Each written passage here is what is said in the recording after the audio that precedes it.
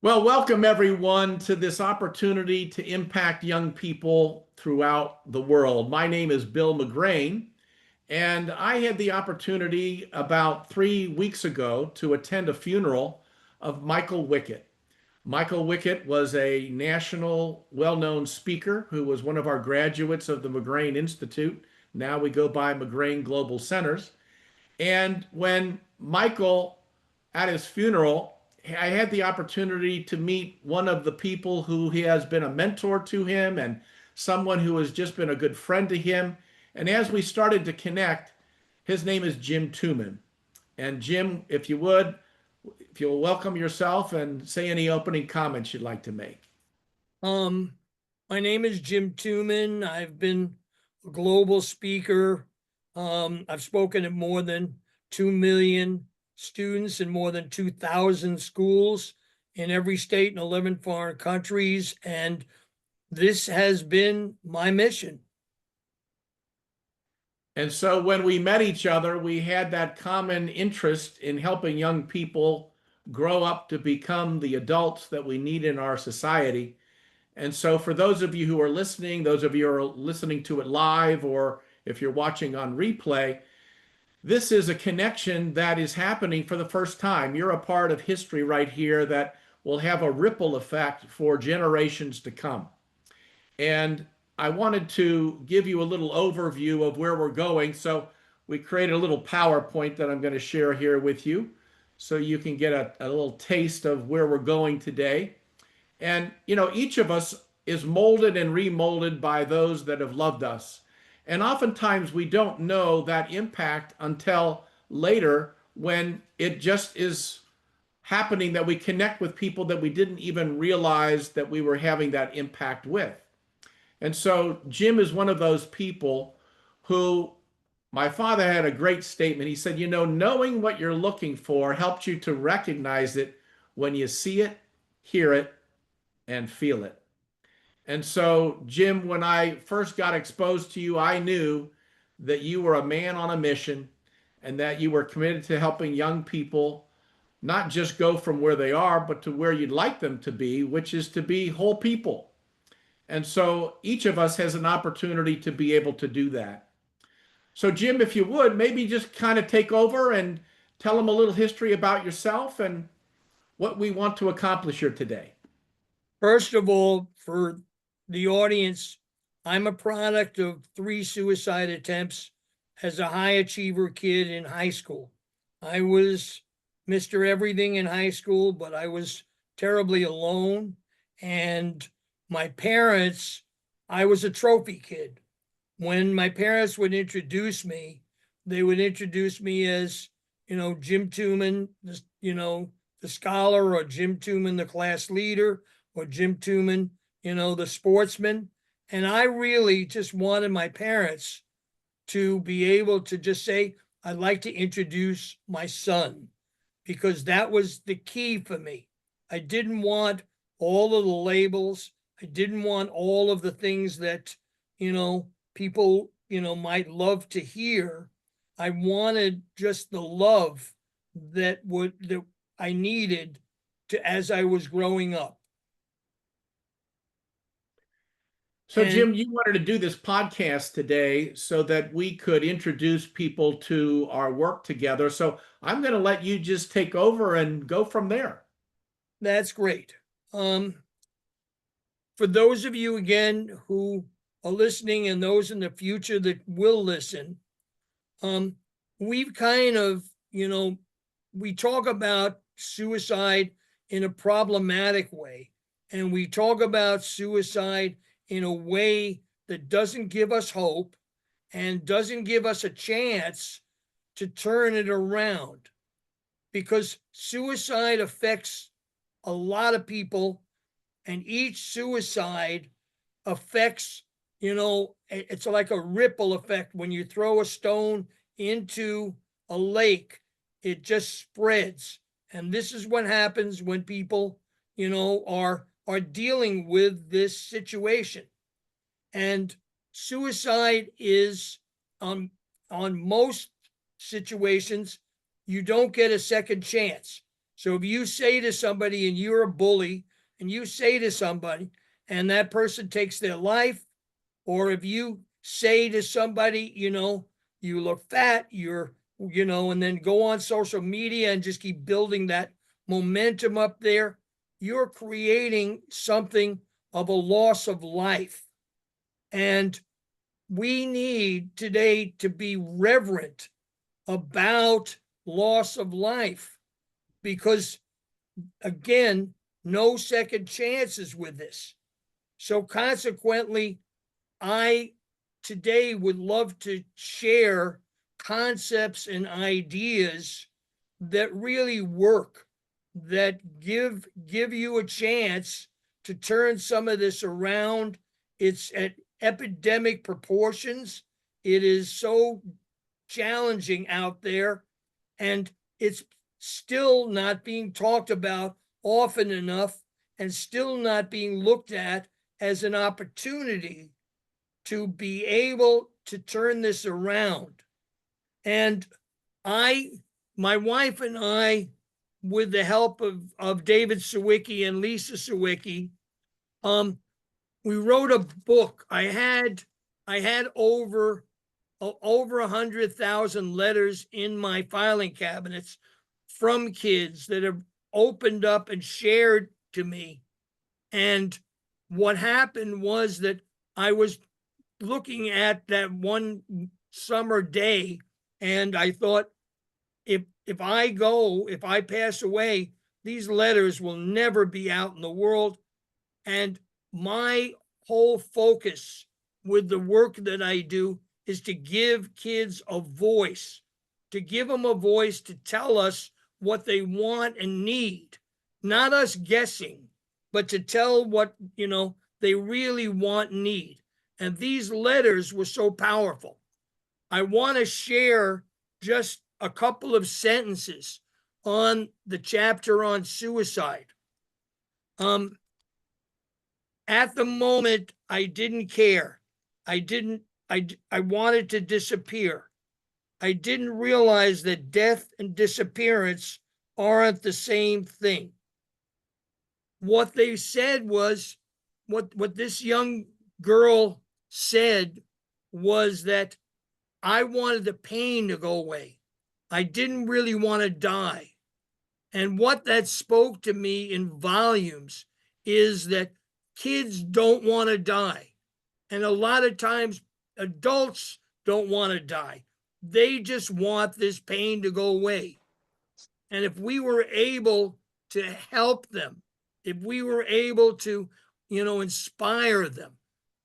I had a young woman that called me just for one reason. She said, Jimmy, she said, if someone smiles at me today, I won't take my life. And how sad it is that if that day nobody smiled at her and she took her life. As simple as a smile, as simple as caring. Now, I work around the concept, climate change is out there all over the place, but there is climate in schools, there is climate in families, there is climate in, relationships. And this particular climate, gives way to whether it's supportive or whether it's reactive. And if we're in a reactive situation, then it's volatile. And that's when kids give up. And that's when kids don't look at opportunities and don't look at the future in any type of way. So what we need to do as a society, we need to be able to, first of all, listen to kids' voices, and then second of all, to create programs and ideas that will help turn this around. Now, schools on so many levels can be vicious, they can be hurtful, and kids do that to each other. And interestingly enough, when a kid takes their life in the school, everybody goes into a mass mourning. And it's amazing. They'll say, well, that kid was so wonderful. And oh, I'm so sorry he's gone, or whatever. They never said that to a kid ahead of time. They never said that to a kid. They just tore some kids to shreds. And that's what's happened in our culture. And so, what I've done in schools is I've encouraged, and there's a lot of schools out there doing it because of it, to have a focus group, a kids' focus group that met with administrators at least once a month, if not twice a month, and shared with administrators the problems that kids see in schools. Because kids live in the mire. They live in what's happening. And unfortunately, kids' voices are also squelched. So having this youth focus group will give schools an opportunity to be proactive, to look at, what to do before it comes into a collision situation. And this is critical. And when I came back from Columbine, a reporter asked me, Jim, is this going to be a one and done? And I said, no, this is going to be the beginning of an onslaught. And the reason I said that, and I didn't want to say it, I was hoping I would be so totally wrong. But what it was that the kids who shot up, Columbine, were being bullied, and they were being torn to shreds. And they thought that the only way to make a statement was a volatile statement. And in that volatility, kids lost their lives. They were just in the wrong place at the wrong time. And that has continued on. And it's gotten to be epidemic. It's sometimes 2 and 3 mass shootings in our country every day, because this is what, people think is going to get rid of the hate that they're experiencing, but it doesn't. Hate, I want hate to be overridden by love and by support and by caring. So Jim, before you go a little further, let me just give people an introduction, because what you may not be able to see here is we have 6 keys to solutions for youth that we want to share with you all today. And one of the things that you can see, we give some background about Jim. He's a world-renowned youth speaker. He's the founder of Jimmy's Kids. He's spoken to over 2 million youth all over the world. Jim's appeared on broadcast TV, including ABC, NBC, CBS, National News, The Today Show, The Oprah Winfrey Show, as well as been given a commendation by many senators throughout the country. His life purpose is helping youth cope with the issues of bullying, teen suicide, and alienation. And yours truly, Bill McGrane, I'm the creator of the program called Get High on Life with Self-Esteem. When I was age 16, I was concerned about what was going on with young people, just like Jim's talking about. And so I researched for 2 years, what are the needs of young people to prepare them for life? And that's how I created the Get High on Life with Self-Esteem program. We're going to talk later about that. I'm also president of the McGrane Global Centers. And my focus has been helping parents, teachers, and those who influence youth to have the life skills so that they can be prepared for life. So in this session today, we're talking about how we can have kids be safe, to be the brilliant, original young people that they've been designed to be.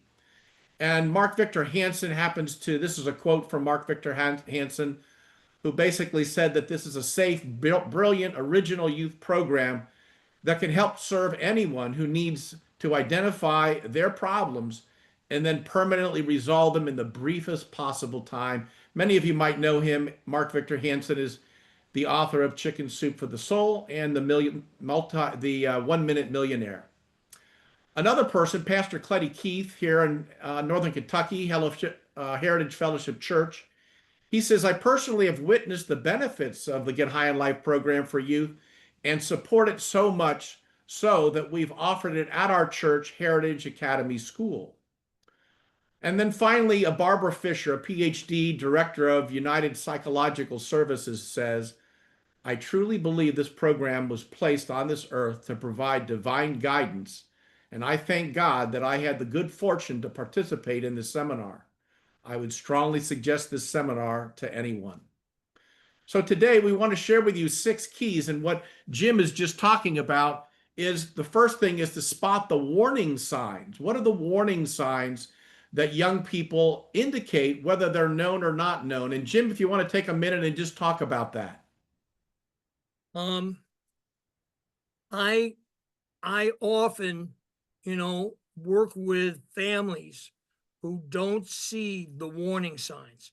And consequently, I'll give you an example. I've been working with this family of a 6-year-old. She was being picked on at school.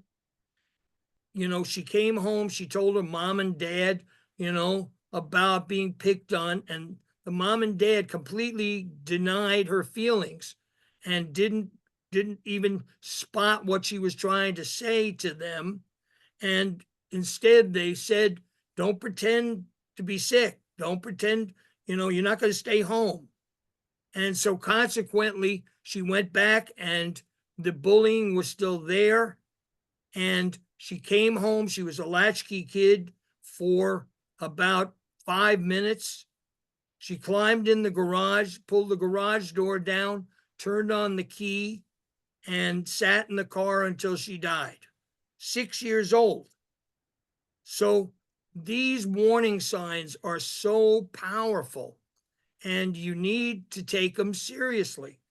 And I tell parents all the time, don't roll the dice with your kids' lives. Give your kids a chance to really open up and let you know what's going on inside for them. And if you don't do that, then they will have all kinds of thought processes that don't, get to the bottom of what these problematic situations are. Another key issue that we see is isolation. If you start seeing your children separating themselves from you, their friends, school, sports, or interests, that's another key that you can see. Here's an example of a young 12-year-old who went through the program and they said, I learned how to manage my emotions. Isn't that an interesting thing? And I should appreciate myself more and I should love myself more. You should go. It's really fun and cool. Now, to get a 12-year-old to say something like that, that's an indication that something significant is going on. The second key that we wanted to share with you today is to build unshakable self-esteem in kids. And so, Jim, do you want to comment about that? What we need to do is to see the best in the kids in our lives, whether they be the children in our lives or the children's friends in our lives. And what we need to be able to do is to, give them a sense of positivity and what they're doing, and oftentimes just say, thanks for being on the right course. Thanks for, for doing, helping us out the other day. Giving kids self-worth is so important because kids usually get the bad end of the stick. My definition of self-esteem is the self-respect a person feels, and underline the word feels, for themselves. And oftentimes we are brought into a world of self-image, a mask, and we have to learn early on in life to create a facade because it's not safe for us to be ourselves. And obviously, young people are trying to find their identity, unfortunately, through social media, through their peers. And as a result of that, they lose their real identity. So the second key of building self-esteem is so really important. The third key is to replace silence with connection. Silence with connection. Jim, do you want to talk about that? Um, in order to get um, past the silence of kids not running into your house, running up to their room, closing their door, and not coming out. And it's the connection that we need to be able to listen to kids and to open up a safe spot where kids can share. Because one of the things that happened in my situation is I was concerned by telling kids that I had tried to take my life. And I thought to myself, I'm here to help the kids, not to have them listen to my problems. Well, when I got through the day that I shared, my situation, there was a line around the block of kids wanting to talk to me, wanting to share with me. And there's an us and them in terms of adults and kids. And it's always been this type of, kind of distancing that makes it difficult for either one to understand each other. We have to bridge this gap by giving them a safe space. So one of the things that I've discovered in working with young people is that oftentimes parents ask the normal question, well, how was your day? And the kid will typically say, well, cool or fine, or whatever they say. And it's usually a distraction because they don't want to get into the detail of whatever went on in that day. So you want to find a common denominator. It could be just sitting down with them and playing a game. It could be doing homework with them. It could be just sitting and having a snack together. Find a way to be able to create a common connection with them. And when you do, that's going to make a difference. The other quote that I want to share with you is from a 16-year-old. This is from Liberty Sturgill. She said, I didn't want to be here, but now I'm glad I came. I realized that it was very important. I learned how to be more confident and to reach for my goals, and I learned that I am good enough. When I have challenges, I learned I can pray and figure out what the problem is and then ask for help. For a 16-year-old to write something like that, those are their words. For them to be able to articulate that, that's an indication an impact is taking place. So step 4, key number 4, is to help youth move from hopeless to hope-filled. Do you want to comment on that, Jim? Um, Kids these days, it used to be when, if somebody called you fat in the school, they, nobody took it to the point where they're at now, which is I don't want to live anymore mindset. And you have to be able to give kids a reason to feel hope. And the reason that they get, for the most part, is to be accepted by their peers, and equally important, to feel like they're a part of their family. Because all too often, families are breaking apart and kids are caught in the middle of that. So kids need to feel like, that they're loved, that people honor their voice, that people believe that they have a future. All of these things are so deeply important in the bigger picture. So one of the things that takes place with young people that gives them hope is to find a connector. And whether you're a parent, whether you are an influencer of young people in a school system, or you're in ministry working with youth, whatever way that you're interacting with young people, the key is to start at the place where they are. What most people do, especially adults, is they focus on thinking the way adults think. Instead, you want to find a way to get into the mind of the young person and be at their level. I call it this: start where people are, start where young people are, not where you'd like them to be. Because oftentimes there's a gap from where they are to where you'd like them to begin, and there's a baby step that you need to take. So one skill is to take a baby step. Now, key number five is to discover what you can do in your community to make a difference. And so that's one of the things that caused Jim and I to want to do this podcast with you today, is to be able to find out those like-minded people who care about young people. Maybe you're just a parent who is concerned about your own child, or a grandparent who's concerned about a child that you are maybe connected with. Just today, I was talking with a grandmother who the parents died, and they're taking care of the child. And so they're finding that that's a challenge to be able to deal with that young person after they've been dealing with the trauma of the death of their parents. You might be somebody in ministry. You might be an administrator. You might just be somebody who wants to make a difference in young people. And that's what Jim and I wanted to do with you today, is to explore with you, to hopefully give you some ideas and to stimulate you with ideas to say, how can we unite together to make a bigger difference so that suicide isn't an issue in our society, that we reduce that, because again, one life can make such a difference. Any comments you want to share about making a difference in our community, Jim? My phone rings off the hook with kids who are contemplating taking their lives. And one of the things in that scenario is that it spins around 24/7 in a kid's head, and they don't think about anything else. So I've had great success in having them become other centered, do something, for somebody else to make them feel good about who they are and what they're about.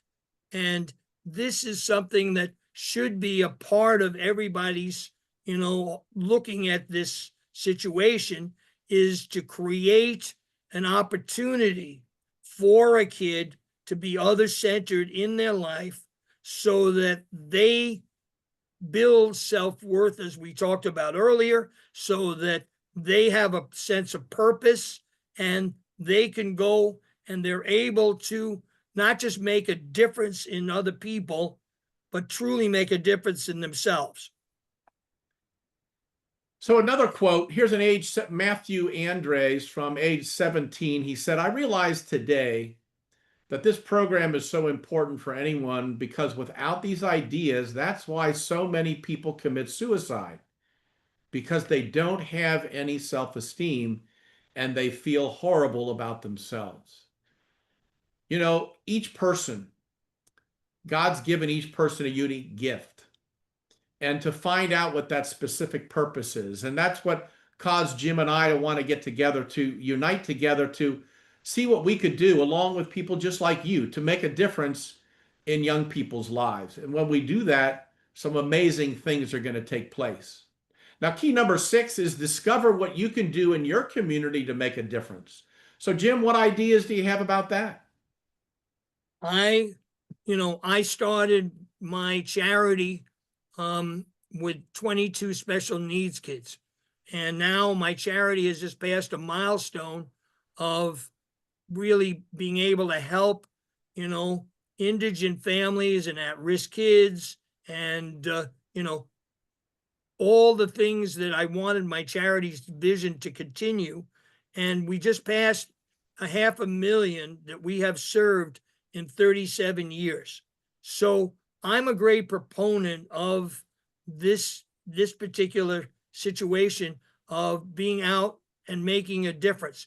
And I invite so often kids to be a part of things, and they step up and they start to believe that they can do something meaningful by actually doing it. And Jim, that's a really good, important point, because what oftentimes happens is young people are talked to instead of talked with.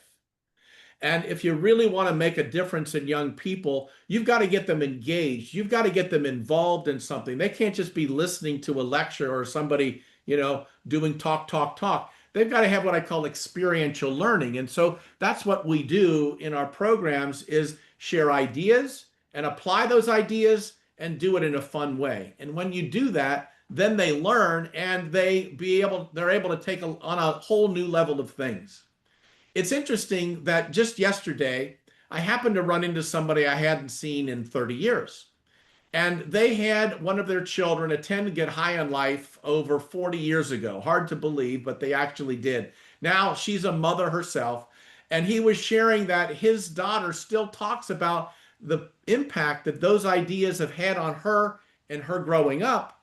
But now she's sharing it with the next generation. And I'm sure you see that, Jim, as well with what you're doing.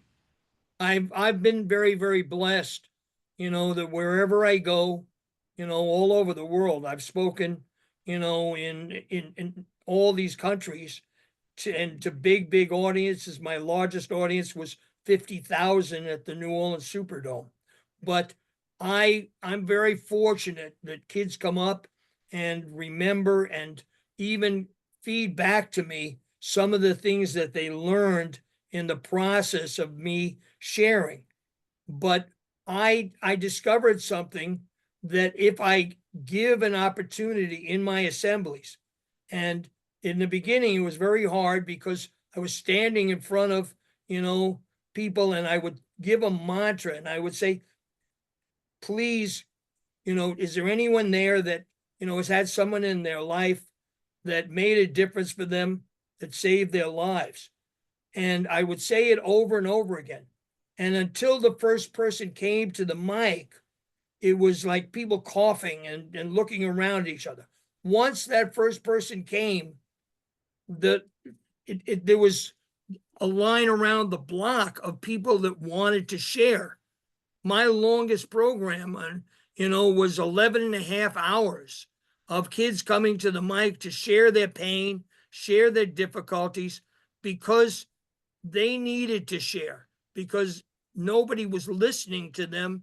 And now they found an opportunity to be listened to. As you see on the slide here, what are we looking for? We're looking for four things. We're looking for this life and leadership skills program for ages 8 to 18. That is what the Get High on Life program is geared to. We're looking for caring parents and grandparents who are committed to not only their own children, but also helping other children as well. We're looking for educators and people in ministries who care about kids, who are actively looking and seeking ways to really reach them and touch them. And finally, we're looking for teachers and trainers to facilitate these youth programs, because as you can kind of tell, Jim and I have got a little years on us. And so we need to impart these things to younger people so that they then can make an impact as well. So if you feel called, based upon the ideas we've shared today, that you know that you're being tugged in a way to say, I want to make a bigger difference in young people's lives. I want to make a bigger impact. Or maybe you know people we need to connect with. We want to invite you to reach out to us. And there are a couple ways that you can do that. First, you can learn more about this program by going to McGrane.com/GHOL. That stands for Get High on Life. That's again, McGrane.com/GHOL. Or you can contact me at 859-462-7929. So, Jim, I really appreciate the opportunity to be able to have this forum with you. Are there any final comments or questions you want to ask or bring up before we wrap up today? I want to just take a little bit of a shot on what you just shared. There are, and I've started, hundreds of groups that meet on a regular basis, whether they be parents, whether they be educators, whether they be a combination of kids and, educators and parents. But to start it in your home, do it as an after school program, and you'll learn so much about how to deal with what these problematic situations are by just discussing and finding ways to be able to get past some of the things that we are dealing with today as a group. Because again, that whole concept of it takes a village, takes a village. Thank you, Jim.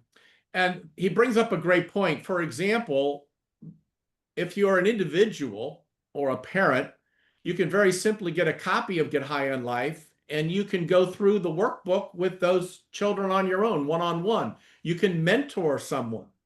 If you're in a classroom, this can be done in a class curriculum.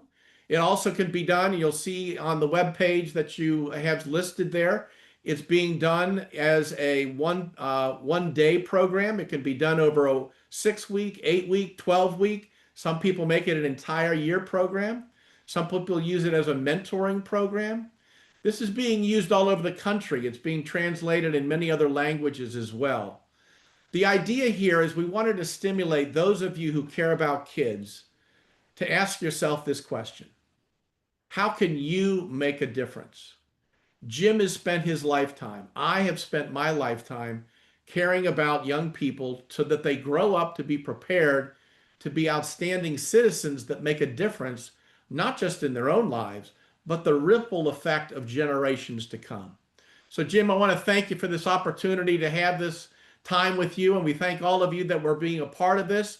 Take action. Just don't let this be an idea that you just hear something about. You want to be able to take the next step, because it's in taking action. I'd like to echo what Bill has said, because I believe so much in action.